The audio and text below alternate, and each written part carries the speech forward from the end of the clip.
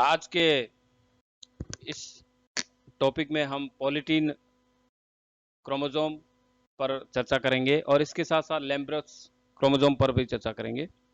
Polytene और लैम्ब्रस chromosome ये extra large chromosome होते हैं जो जेंट क्रोमोसोम के नाम से भी जाने जाते हैं और इनकी अलग अलग स्ट्रक्चर होती है और कहाँ ये डिस्कवर हुआ और कहाँ पे ये इसको सबसे पहले खोजा गया और इसकी संरचना के बारे में, इनके रोल्स के बारे में, इनके क्या क्या रोल्स हैं इनके, उसके बारे में आप चर्चा करेंगे। सबसे पहले हम पॉलीटीन क्रोमोसोम के बारे में देखते हैं।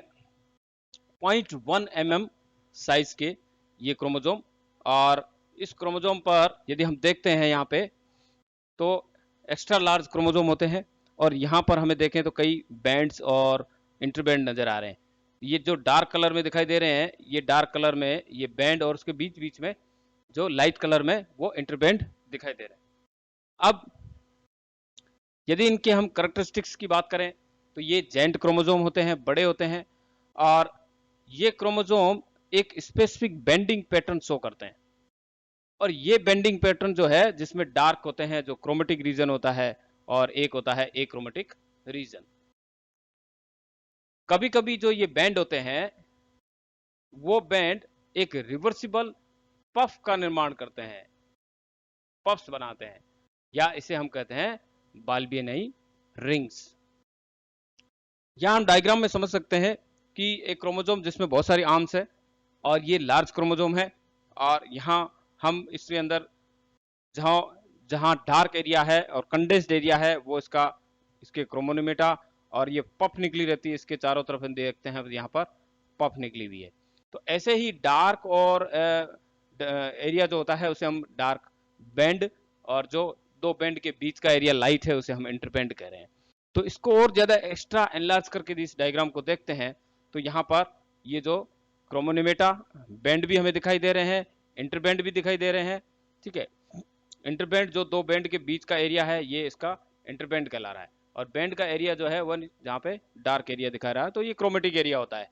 ठीक है, पहले ये कहा गया था ये बैंड का रीजन जो है वो एक जीन के रूप में रिप्रेजेंट किया गया था, लेकिन वो ऐसा नहीं है। और इन्हीं रिंग्स को, ये जो रिंग पफ लाइक स्ट्रक्चर दिखाई दे रही है, इसको बाल्बियनई रिंग कहते हैं, क्योंकि इसको सबसे पहले डिस्कवर ईजी बाल्बियनई ने 1881 में किया। और ये जो पोलिटीन क्रोमोसोम है ये डिप्टेरियन जो स्पीसीज होती है उनके सेलाइवरी ग्लैंड्स के अंदर ये पाए गए, उसमें इसको डिस्कवर किया। इसके साथ ही ये कुछ और डिप्टेरियन जो लार्वा होते हैं उनके एडिपोज टिश्यूज में, उनकी गट लाइनिंग में, मालपिगियन ट्यूब्यूल्स में, सेलाइवरी ग्लैंड्स में ये मिलते हैं। साइज यदि हम देखें इसकी तो ये 200 गुना जो है या उससे भी ज्यादा इसके बड़े हो सकते हैं नॉर्मल क्रोमोसोम से। और ये क्रोमोसोम इतने बड़े कैसे बनते हैं? एक्चुअल में एक सिंगल जो क्रोमेटिड होता है उस सिंगल क्रोमेटिड के एंडो रीडुप्लीकेशन के द्वारा बार बार साइकिल चलती है और डुप्लीकेट तो होता रहता है, लेकिन चक्कर ये होता है कि उसमें डुप्लीकेशन क्रोमोसोम का हो जाता है लेकिन सेल डिवीजन नहीं होता।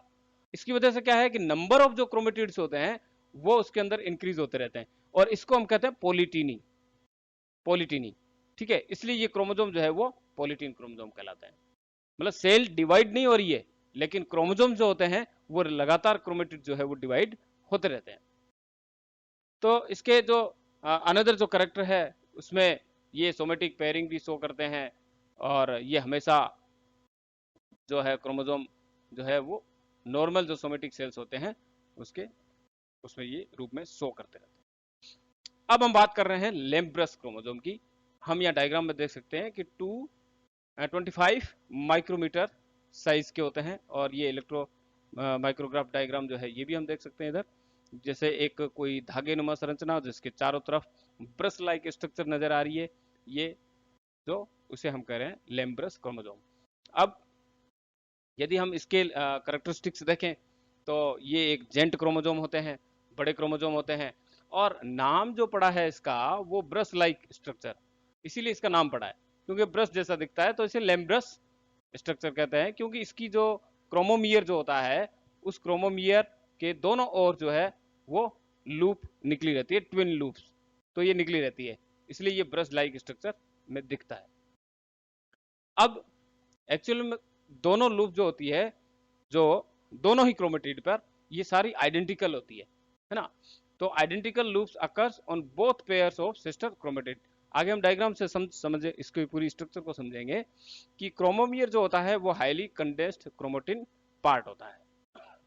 सॉरी, अब यहाँ पे हम देखते हैं कि जैसे ये एक डुप्लीकेट क्रोमोजोम है और क्रोमोजोम जो है वो पेयर में है, यानी कि एक क्रोमोजोम जो है वो ये है और दूसरा क्रोमोजोम जो है वो ये है।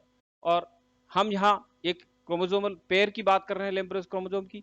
और यदि हम आगे इसको इनलार्ज करके देखें तो हम यहाँ देखते हैं कि एक सिंगल जो क्रोमोजोम होता है उसकी स्ट्रक्चर है, यानी कि इसके अंदर दो क्रोमेटिड है ना।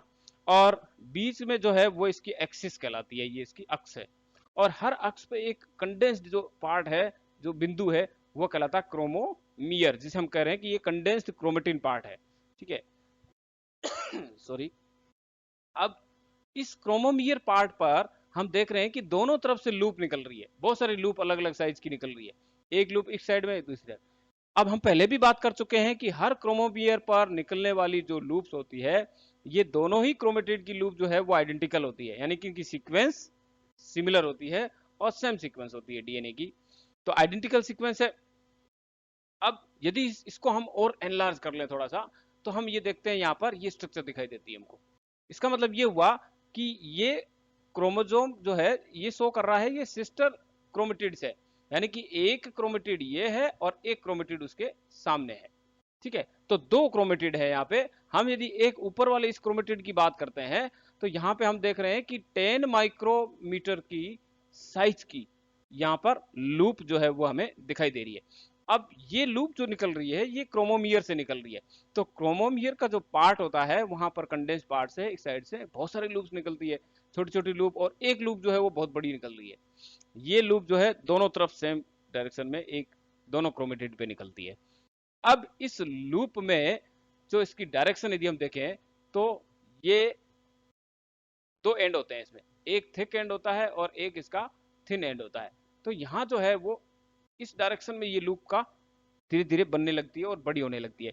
और इसी में नीचे वाले यदि तो देखेंगे यहाँ भी ये इस डायरेक्शन में ये लूप बनती है इसमें, ठीक है। तो जिस डायरेक्शन में लूप बनती है ये एरिया जो होता है ये इसका थिन एरिया होता है, और जिस तरफ जा रही है वो थिक एरिया होता है। तो एक एरिया जो है वो इसका थिन एरिया है और जिस तरफ ये बढ़ रही है यहाँ ये इसका थिक एरिया होता है, ठीक है। तो इस नीचे की तरफ देखेंगे जहां से ये प्रोग्रेस हो रही है तो ये थिन एरिया है और दूसरा इसका थिक एरिया होता है, यानी मोटा एरिया होता है। तो ये स्ट्रक्चर जो है वो एक क्रोमोजोम पर दोनों क्रोमेटिड की होती है जिसमें लूप निकली रहती है। अब हम बात करें कि इसका काम क्या है। ये एक्चुअल में लूप जो होती है ये आरएनए ट्रांसक्रिप्ट जो है वो बनाती है, ठीक है, उस साइट्स के अंदर।